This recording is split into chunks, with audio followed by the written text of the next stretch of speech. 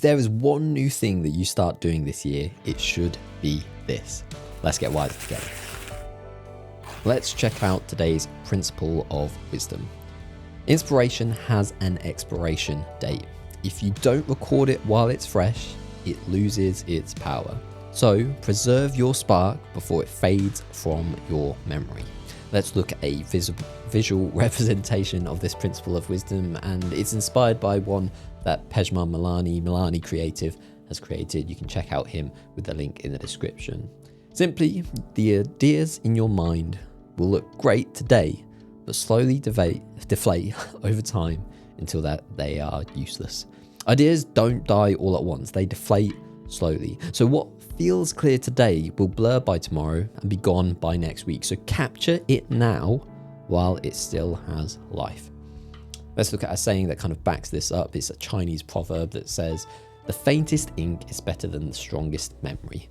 Brilliance means nothing if it isn't remembered. And so make sure that you're writing it down, saving it for later, and building upon it. Let's unpack this further with today's explanation. Every day, ideas spark in your mind during a walk, in the shower, while you're talking to a friend. I find that when I'm just about to go to bed, I sometimes have my best ideas. But ideas are slippery. They fade faster than you think. And so without a system to capture them, inspiration becomes merely frustration. You remember having a great thought, but not what it was. And so that's why creative people build systems that capture these ideas, ways to store them before they vanish. Writers have notebooks, artists jot sketches, entrepreneurs do voice notes, and so on and so on. So, if you want to develop your own system, consider these 3 ideas.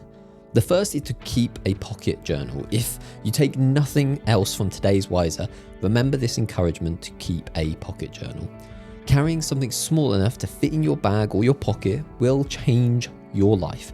So write down the sparks, the phrases, the insights as they come, even the silly ones. You will be amazed at how many great ideas start from merely quick scribbles. The second is to consider creating a digital brain. This is an idea that I've shared on a few occasions. It comes inspired by Tiago Forte's book, Building a Second Brain.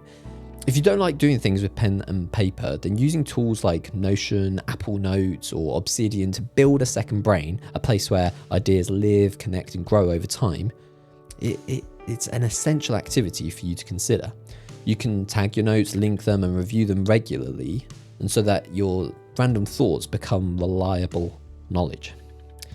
And then the third idea is to make sure that you're reviewing and acting upon the notes that you are capturing. Capturing ideas is merely the first step, and so revisiting your notes regularly, sorting them, expanding upon them, and turning them into the best action is essential. A system without reflection is merely just storage.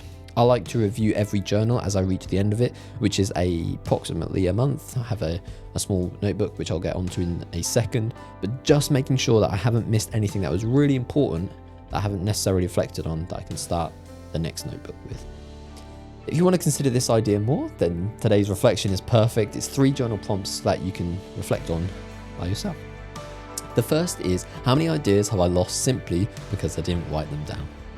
The second is, what's one tool or habit that I could use to start capturing ideas today? And then the third is, what's an idea that I could revisit and bring to life this week? If you want to learn more about the life-changing habit of journaling, check out journalwise.com. It's everything that you need to know to make this long-lasting healthy habit. Now let's look at today's resource, and it's a bit different to usual. It's a recommendation for you to pick up a pocket notebook. Specifically, I like to use the Moleskine Cahier journals. I use the pocket editions. Other journals are available, including Field Notes, the Leuchtturm 1917. Apologies about the pronunciation, but you'll be familiar with it when you see it written in just a moment. It's less about the brand and more about the size. Big thinkers carry small notebooks. A pocket journal isn't just a piece of paper, it's a portable idea net, so make sure that you've got something that allows you to do that. In fact, every great creator, from Da Vinci to modern entrepreneurs, keep something nearby so that they can capture these thoughts before they disappear. Make sure you're writing them down, you're revisiting them, and you're allowing them to grow into what they should be. Your next breakthrough might already be floating around in your mind, so make sure that you're not letting it drift away. If you want to learn where you can buy a copy of the notebook that I like to use, you can check out the link in the description. Alternatively, you can search for comparable brands with field notes, and I'm not going to try pronouncing it again, but yeah, consider picking up a pocket journal today. Thanks so much for checking out today's video version of Wiser. If you enjoyed it, please let me know why, drop a comment and maybe even a like. And if you want to see more of these videos, subscribe. I share them each and every Saturday, and I'll catch you in the next video.